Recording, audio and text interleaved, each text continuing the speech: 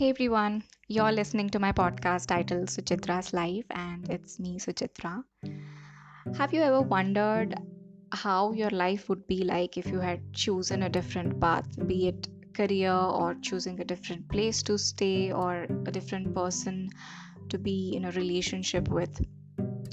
We do a lot of such permutations and combinations in our head all the while, and perhaps over a long period of time we have huge amount of regrets that are lying there in our psyche. I do have such regrets, and they kind of do haunt me. Sometimes I wonder if I'd ever be able to do justice to this life that I received. The fear of idling away the precious time and not being good at anything. This fear is pretty devastating. Most of the times, we try to escape our reality by wishing and longing for something that could have or would have been if we had made different choices. I'll be turning 28 this August. Like, my birthday is on 24th of August, and every year around this time, I just sit calmly and think about how far I've come and what are my strongest memories that I still hold on to. Because as life moves on, we tend to forget the little things that have brought us so much of joy. I try to recollect all such little things. I'm sure some of you may be relating to what I'm saying, and if you're currently at a point of time in your life wherein you feel a little lost and are longing for things that could have been or would have been, you better pick the Midnight Library this weekend. So let's dive in. Why should you read this book? Sometimes fiction brings us closer to reality and makes us think about everything and see reality for what it is. This one does that. It's written by Matt Haig and it revolves around the protagonist Nora Seed, who quite lost her way in life and attempts to commit suicide. I don't really want to reveal more than this because I'm afraid I might take away your joy that you feel when you read this book. I just can't do it. But yes, I told you guys the starting point, and there are many people who commit suicide. Some succeed and some don't.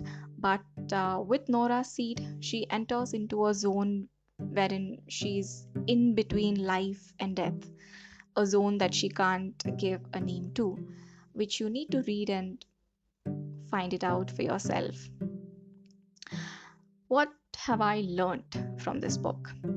Ah, I became quiet, like literally quiet after reading this one. All that I've felt in my life, I could read in this book. The author has done an amazing job. I'm looking at my life differently now. Let me quote a paragraph from this book. She might not have felt everything she had felt in those lives, but she had the capability. She might have missed those particular opportunities that led her to become an Olympic swimmer, or a traveler, or a vineyard owner, or a rock star, or a planet saving glaciologist, or a Cambridge graduate, or a mother, or the million other things. But she was still in some way all those people. They were all her. She could have been all those amazing things, and that wasn't depressing, as she had once thought. Not at all. It was inspiring. I've literally started to look at life that is happening to me right now differently. I felt a kind of hope, and these days I'm looking forward to each day, trying to live it to my fullest. Next up, is there any incident that stood out for me in this book? Many, many, many. But one line that keeps coming back to me, which is said by one of the characters in this book, is she says, "The only way to learn is to live." I think more than any incident as such, this would be my key takeaway from this. The only way to learn is to live. Too much of anticipation and longing wouldn't really serve any purpose. You just got to live to learn how things will turn out.